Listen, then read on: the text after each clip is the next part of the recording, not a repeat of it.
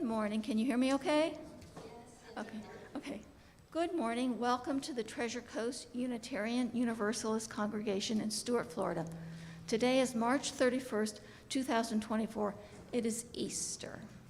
My name is Cindy Summers, and I am your worship associate today. We are a welcoming congregation. We welcome people of all gender identities, ethnicities, ages, and backgrounds. We are on YouTube also.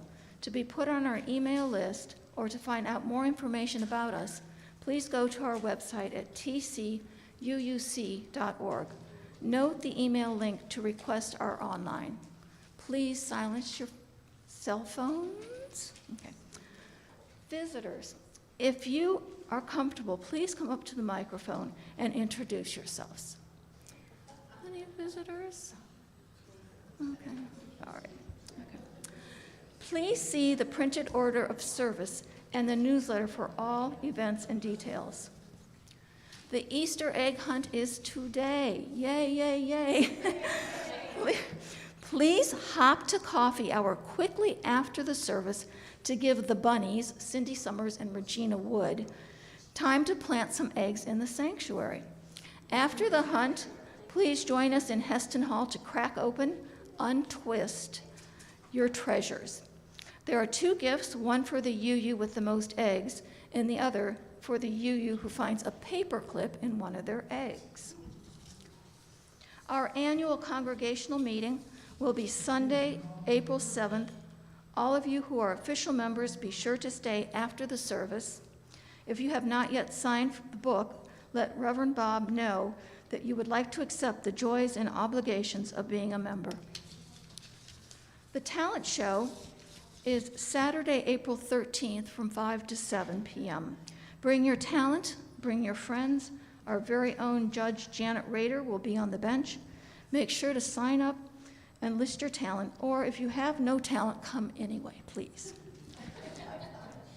There is now a sign up for those interested in being a Sunday morning host, so please write down your name and also your contact information.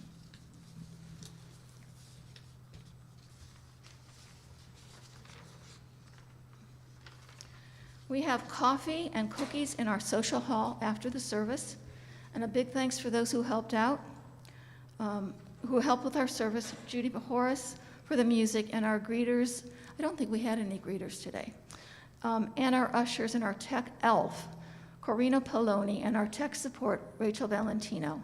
Also, Alistair and Stan Forrester. Our hospitality team today is Joanne Leone and Margaret Gregory. Our Reverend Bob MacDonald is in the pulpit today. Here is our prelude.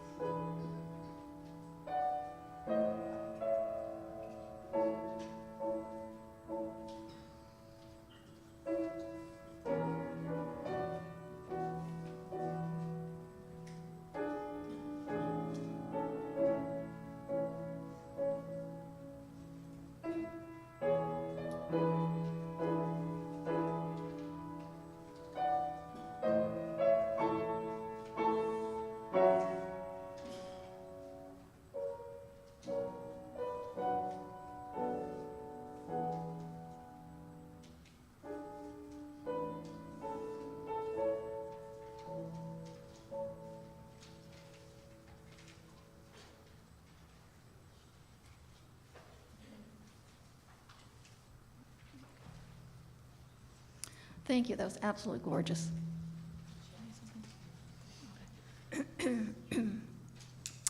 For our chalice lighting, we are a people of beauty by Kimberly Carlson, recognizing the beauty around us and within us. In voice and spirit, we gather to light our chalice. May we savor the beauty of our abundance and diversity, always cherishing one another and our earth. Opening words.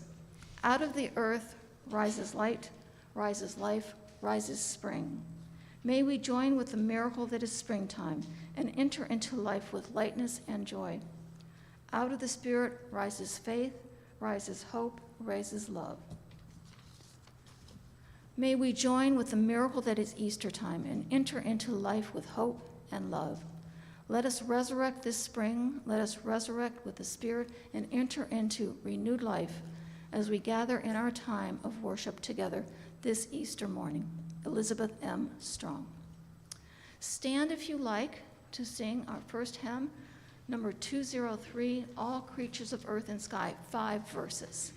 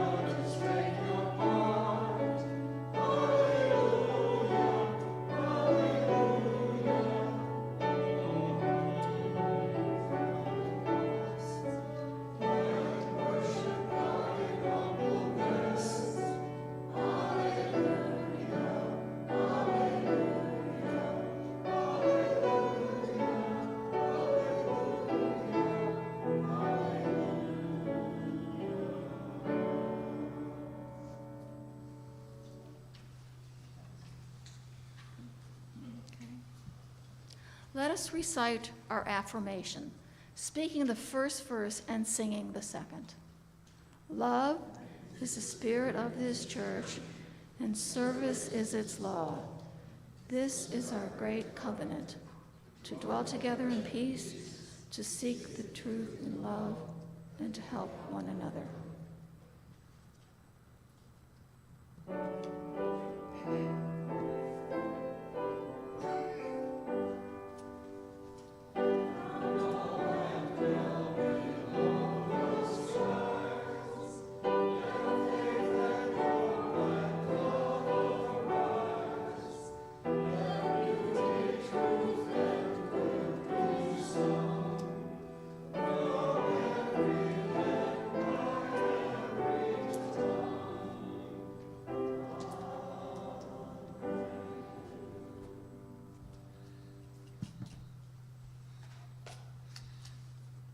The responsive reading is number 638 in the back of the hymnal.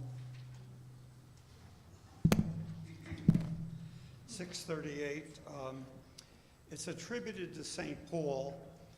It's the well-known 1 Corinthians 13. It is read at a lot of weddings for the hope of what will last. I have read it at many funerals for knowing what will last. Let's read this responsively. If I speak in the tongues of mortals and angels, but do not have love, I am a noisy gong or a clanging cymbal. And if I have prophetic powers and understand all mysteries and knowledge, and if I have faith so as to remove mountains, but do not have love, I am nothing.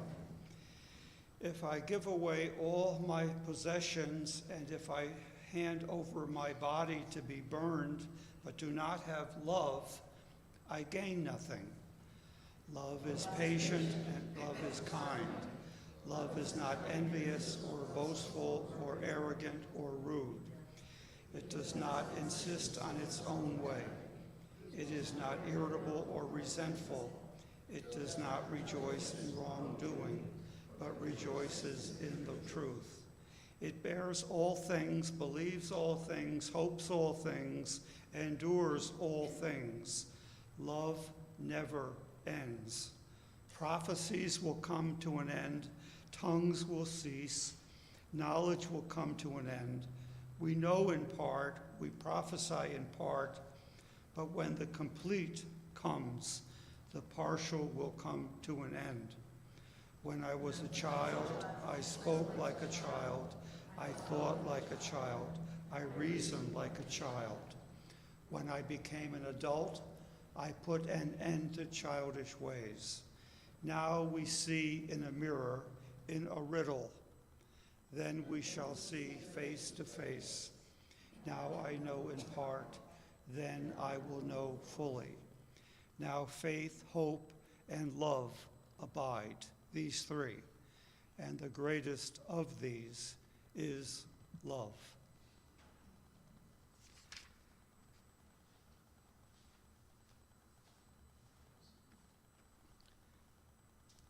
Now is our time of sharing matters of joy, sorrow, concern. We hope that as you share yours, you'll know that you are heard and supported.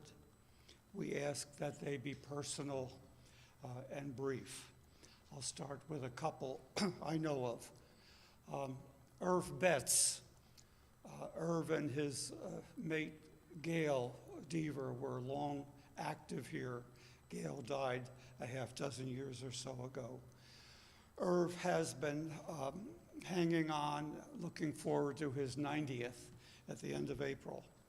His sons called me and asked me to come today because they don't think the 90th will be at the end of April. So anyway, we hold on to Irv in thought and prayer and love because he and Gail have really meant a lot to this place. And also, Pat Tosney had a visit to the hospital this week, stayed one night in his home, strengthening. So we hope she continues to do that. We need her around here, Pat Tosney. If you're listening, Pat, you heard me. We need you around here. Who else has a matter of joy or sorrow or concern to share? Come to the mic or from where you're seated if you want.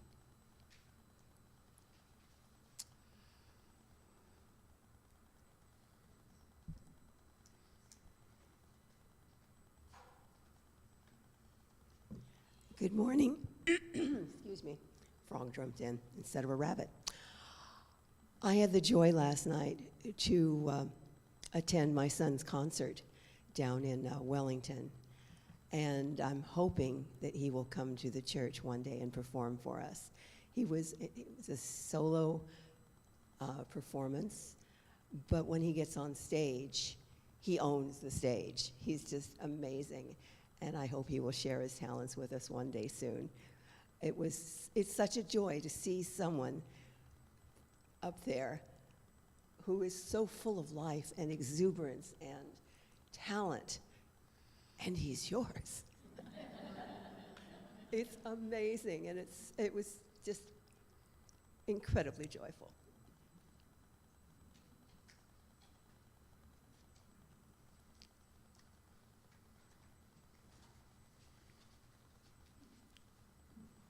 Hi, I'm Linda Shuey, and today is my granddaughter Maggie's 18th birthday. And so we're really celebrating. It's on Easter. It's always a special occasion, but it's really special for Maggie because when Maggie was 3 years old, she had a brain tumor, and she had surgery like within 12 hours after reading the MRI. And I prayed. Being a good Unitarian, I really prayed. And so you never know. She's made it to 18, and she's really quite healthy. We're really excited. She's going up to Duke in a week, and she's going to see one of the major specialists in seizures in the country. And so, she needs ongoing care. Childhood cancer really never goes away. But she's a happy girl, and she's really smart. Thank you. Good for you. Now, Kitty is about to have a birthday. Is it a big one, Kitty? I'm sorry? Is it a big one? It depends on how you. It's big enough, isn't it? Excuse me as I say something. You tell him and he tells everybody. But this is a sad one. I have a very, very, very good friend, one of the most fabulous people I've ever known. She had surgery 5 weeks ago, and she is really not doing well. Her name's Anna Rose. She lives in Pennsylvania. And I ask you to please pray for her comfort, pray that healing energy goes into her body and that she survives all this. Thank you very much.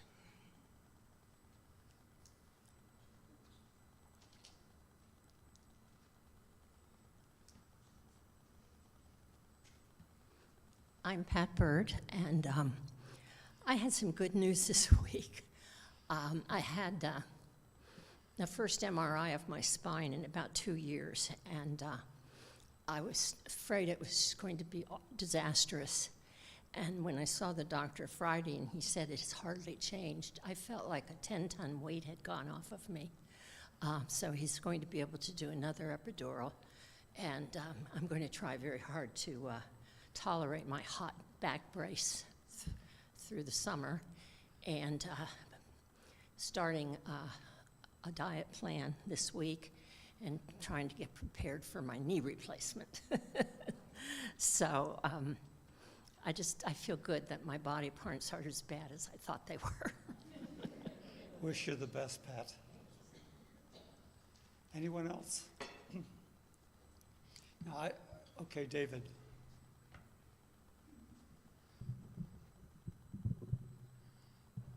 David Blizzard, I have a joy and a sorrow. My family from Philadelphia, together with a 2-year-old and a 4-year-old, visited me this week, and it was a joy. My sorrow is I'm not up to it.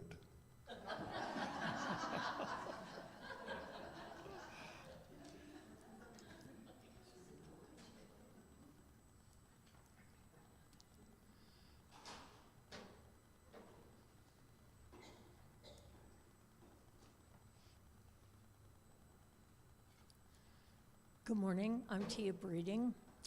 I have the joy of celebrating a day which is sandwiched between the birthdays of two people I care about a lot.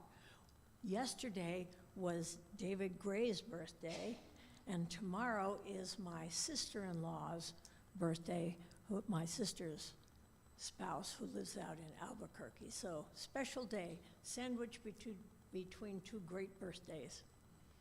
Good. Anyone else? I don't know that any of you will remember Micah Hartman was our admin for a while, a number of years ago. And Lori and I were at a happy hour this week, and there's this woman with a child. I didn't look too closely. She came up to me, and I didn't recognize her. I married her and her husband 3 years ago. So she introduced her child, Xavier. And I said, Micah, did I have a role in this? She said, Bob, you married us. role I'm very happy to own up to. A lovely young family. We always move one for people we have on our minds and hearts that we don't say out loud, and most of us, if not all, have such. So one is moved for people we care about.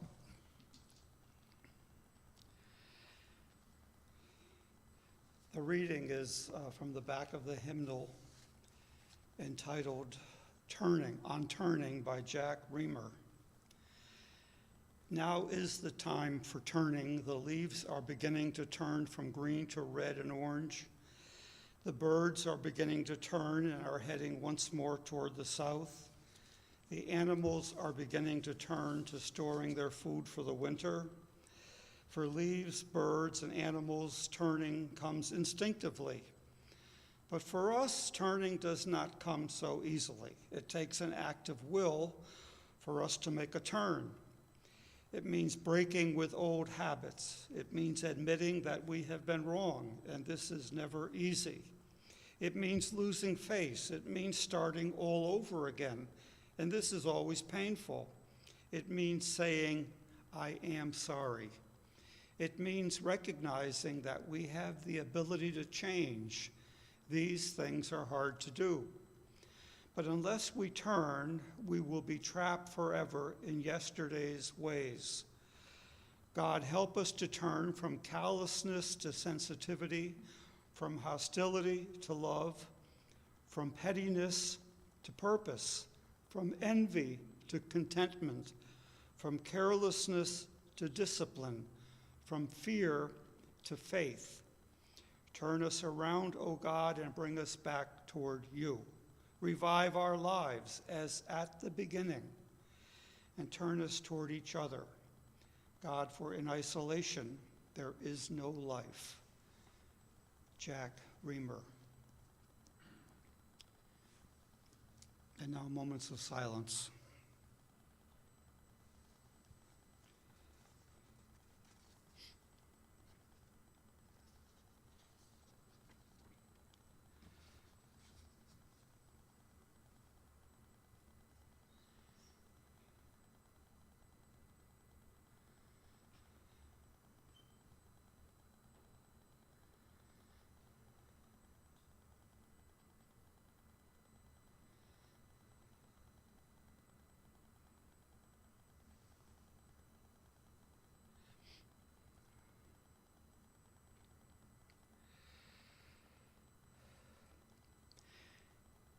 And now the hymn Spirit of Life 123. I have suggested we remain seated, hum it once, and sing it once. But you know you're free to sit or stand. So, Spirit of Life, whatever, then hum and sing.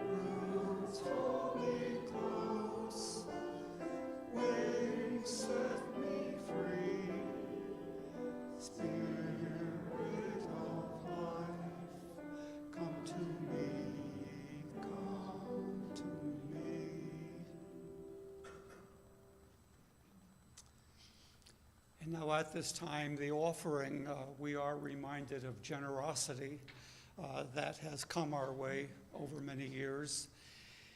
And it is my time to remind you that we need your generosity. Now, my volunteer ushers, who might they be? Oh, yes, AJ, and how about John? Thank you guys for volunteering.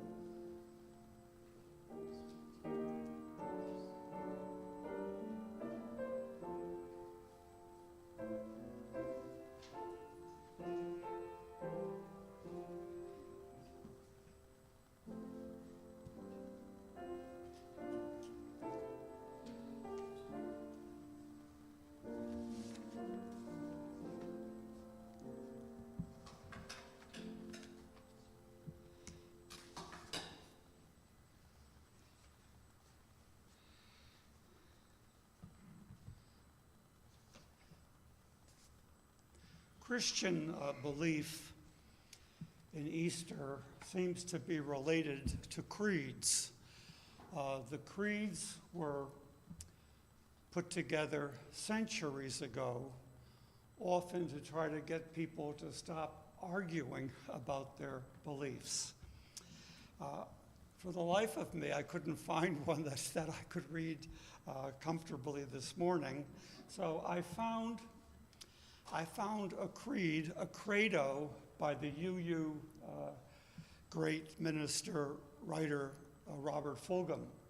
You've probably read this before. It's his credo at the beginning of all I really need to know I learned in kindergarten. So Fulgham's point is that if we learn the basics in life and just try to keep practicing them, life goes better. So in case you don't remember reading them recently, here they are. I realize that I already know most of what's necessary to live a meaningful life, that it isn't all that complicated. I know it, and have known it for a long, long time. Living it, well, that's another matter. Yes, here's my credo. All I really need to know about how to live and what to do and how to be, I learned in kindergarten. Wisdom was not at the top of the graduate school mountain, but there in the sand pile at Sunday school. These are the things I learned. Share everything. Play fair. Don't hit people. Put things back where you found them. Clean up your own mess. Don't take things that aren't yours. Say you're sorry when you hurt somebody. Wash your hands before you eat. Flush. Warm cookies and cold milk are good for you. Live a balanced life. Learn some and think some, and draw and paint and sing and dance and play and work every day some. Take a nap every afternoon. When you go out into the world, watch out for traffic. Hold hands and stick together. Wonder. Remember the little seed in the styrofoam cup? The roots go down and the plant goes up, and nobody really knows how or why. But we are all like that. Goldfish and hamsters and white mice, and even the little seed in the styrofoam cup, they all die. So do we. And then remember the Dick and Jane books, and the first word you learned, the biggest word of all, look. Everything you need to know is in there somewhere. The golden rule and love and basic sanitation, ecology and politics and equality and sane living. It is still true, no matter how old you are, when you go out into the world, it is best to hold hands and stick together. And then I found this that I have to read to you. It's Fulgham's Learnings from the Easter Bunny. Don't put all your eggs in one basket. Walk softly and carry a big carrot. Everyone needs a friend who is all ears. There's no such thing as too much candy. All work and no play can make you a basket case. Everyone is entitled to a bad hair day. That's H-A-R-E, of course. Let happy thoughts multiply like rabbits. Keep your paws off other people's jelly beans.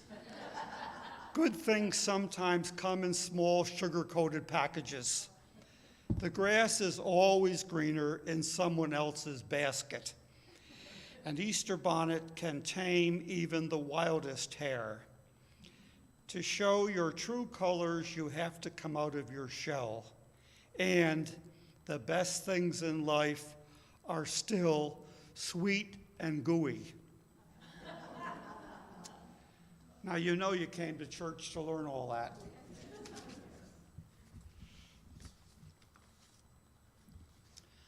When we retired in '06 and eagerly moved to our Hutchison Island condo, I was intent upon finding a church and attending most of the time and being a normal person.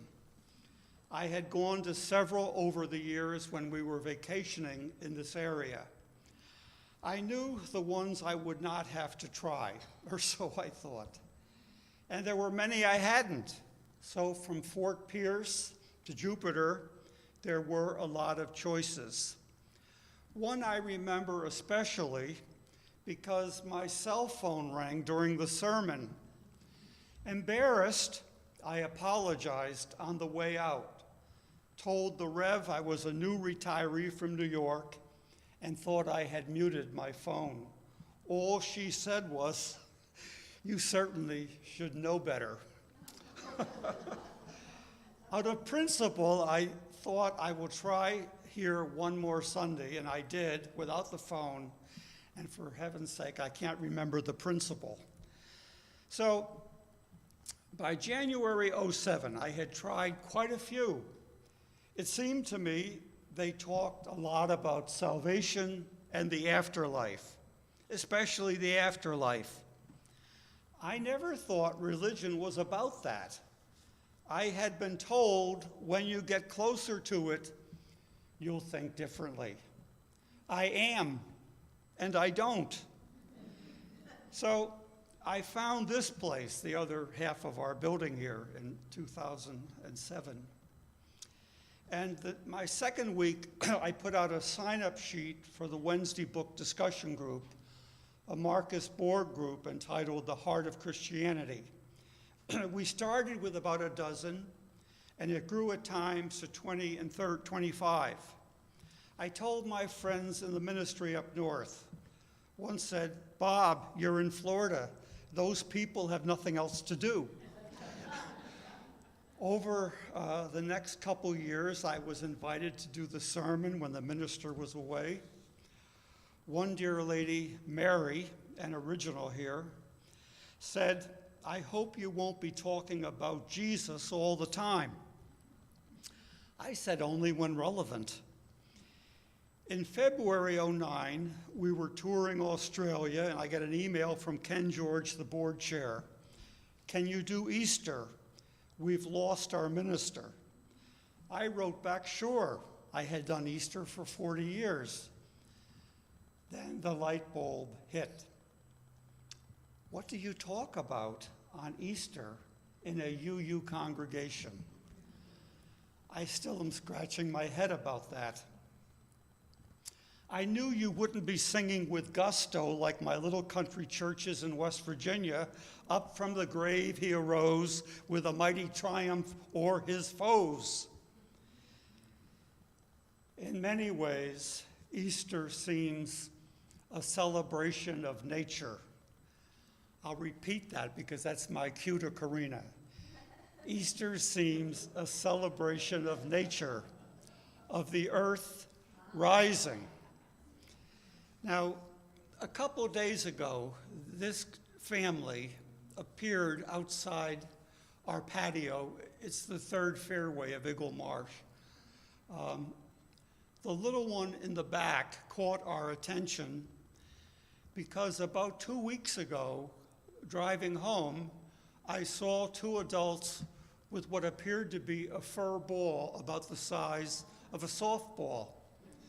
It had no accessories like a head or feet or legs. It was a fur ball. So I went home and got Lori and said, "You want to see this?" And we drove back, and it wasn't there. And I wondered, how could it have gone anywhere? Do they roll it along? So here they were, 2 weeks later. I have to assume that's the little fur ball that has grown a bit. It doesn't eat, it doesn't fly, so they have to take in enough to feed it when they have got enough to do that. So I look at that and I see beauty. Now, you may not see beauty there, but that little critter looks beautiful to me. Well, the big ones do too. And all I can think is we have to take more time to look at nature and see beauty. Do I have any members of the green team here who will say amen? Come on, you know amen to that. We all need that. So on Easter at UU, I have to talk about what I talk about a lot. UU, to me, is a combination of spirituality and activism. Spirituality is our well, where we go for wellness, wholeness. Salvation really means wholeness.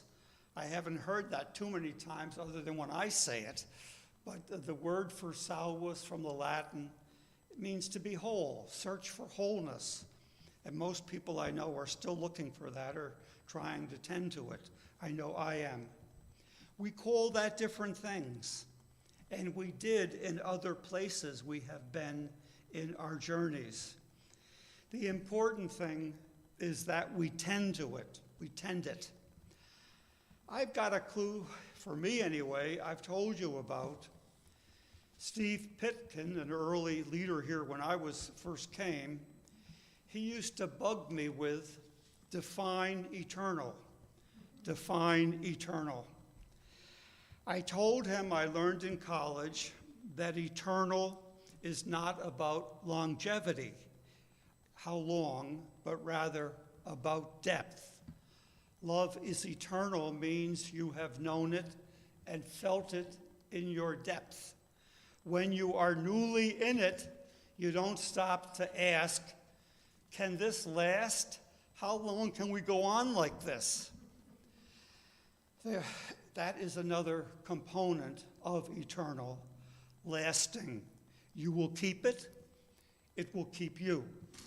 So I read it at many weddings, what we hope will last, and I read it at many funerals, what we know will last, because it's what we know and will continue to know and feel deep down. Ditto, UUs and activism. We would all define that differently and do it, activism, differently. The one rally and march I was in, led by Dr. King, was in March 1968. It was Clergy Against the War. We had no inkling of what would happen in April of '68. You remember his assassination. On the sideline of that march from a church to the Capitol, there was a guy with a camera on a tripod yelling, "Clergy, smile for the camera." And I looked over and recognized Dr. Carl McIntyre. I don't know if any of you ever heard of him or knew of him, but he was a radical radio Christian nationalist preacher from New Jersey. He was so radical, he had to broadcast from a boat beyond the 3-mile limit. That brand, so-called Christian nationalism, has been around a long time. Religions linked to governments and politics have been a deadly combination all through history. And that one, Christian nationalism, is still with us. So activism changes as we age, and we pretty much agree there remains a lot to work on, and we've got to do what we can like vote and encourage others to vote. Spirituality and activism. So what comes to mind for me in Easter 2024 is we have to work on a lot before we wrap it up. We have to work on a lot. The world is a mess in many places, with wars and starvation. Can the world work together on anything? Now, I was thinking, I have had panic attacks in the past about the possibility of asteroids, coming at us. Then I learned you can go up there and do something to an asteroid. Now I have a guy here, AJ, that guy right there, who watches the universe. And I expect you to let me know if you hear of a big one coming. So there can be some working together about asteroids. And pandemics are going to keep coming. That last one we hear is still with us. How many of you know someone who's had COVID within the last month? I do, in my family and my friends. It's still around. And people are saying they're still going to be coming. So this year, I need to remind me, and I use this opportunity to remind you too, that we have to hope, and we have to try, and we can't give up. So I sandwich all these words between two non-Easter hymns. All creatures, the whole world is at stake and at risk, and what can we do? Not forget, not forget. And the closing hymn is the Finlandia tune. For my land and for their land, we've got to get bigger and think bigger than me and mine. Now, please tell me on the way out where you feel hope and I'm missing it. I'll be happy to hear your correction. There are many countries hungry and starving, food insecurity, whole countries food insecure, Sudan, South Sudan, Afghanistan with drought, and Gaza, OMG, Gaza. And Russia and China are working closely together and not on our behalf. We need to work with Russia and China for the future. Whatever we think about the war in Ukraine, I would have more respect for the president of Russia if he showed more respect for his critics and didn't need to treat them to poison and prison. A press freedom group watch yesterday, spokesperson said yesterday, there was more press freedom in Russia in the time of Stalin than there is now. That's pretty alarming. We keep hearing about the one guy whose name now, Evan, does anybody know his whole name? Wouldn't hurt to say it up. What is it? Somebody said yesterday that he's being fairly well treated in Russia because so many cameras are on him. The real people being tortured are the Russian journalists who aren't towing the line. And for our own beloved country, Will we ever have two parties again who know and act like you have to compromise to get to solutions? That bridge disaster in Baltimore is a sad reminder that we have a lot of infrastructure in this country that needs preventive maintenance. We're having more natural disasters and more suffering caused therein. If you Google rebuilding Lahaina, Maui, you all remember the Maui devastation from fire. If you Google that, you get something like insurance payout limbo, meaning people who need to rebuild their homes are not getting the cooperation between government and insurance companies they need. For me now, I want and need hope for this country's future. That Christian nationalism thing scares me. When the Hungarian strongman Orban came to the US recently, he met with the Heritage Foundation. He inked a partnership with that right-wing think tank to turn America away from inclusiveness and diversity, as he is doing in Hungary. That means there are people with power and money who will make America not what we've known it to be and want it to be for future generations. So leaders in Stewart are planning to try to raise awareness. That's why I put that little announcement at the end of the right page. Some kind of awareness raising here, 3 o'clock on the 28th. Threats to our separation of church and state. We know those threats are happening. They can be worse. They will get worse if they're allowed. To me, Easter, like religion, like spirituality, is not about another world. It's light and hope for this one, to work on it as long as we can, because we just can't not. We can't not work on it. The hymn, This Is My Song, 159, 2 verses.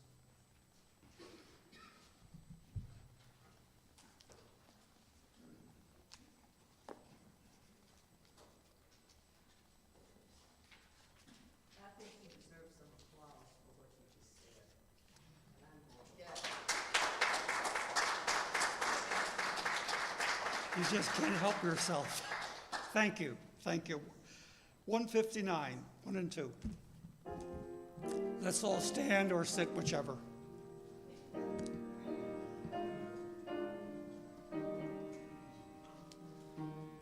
This is my song of all the nations, a song of peace for lands afar and mine. This is my home, the country where my heart is. Here are my hopes, my dreams, my holy shrine. But other lands, here's are beating with hopes and dreams as true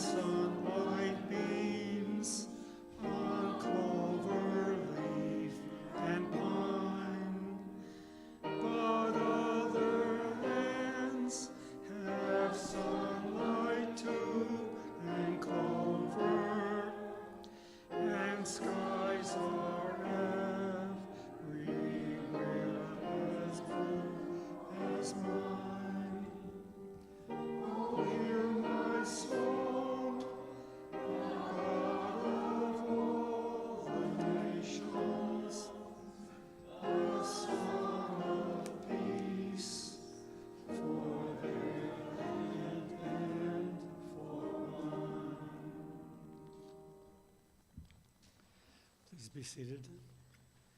This closing word is from May Sarton in the back of the hymnal. Help us to be always hopeful, gardeners of the Spirit, hopeful gardeners of the Spirit, who know that without darkness nothing comes to birth, as without light nothing flowers. May Sarton.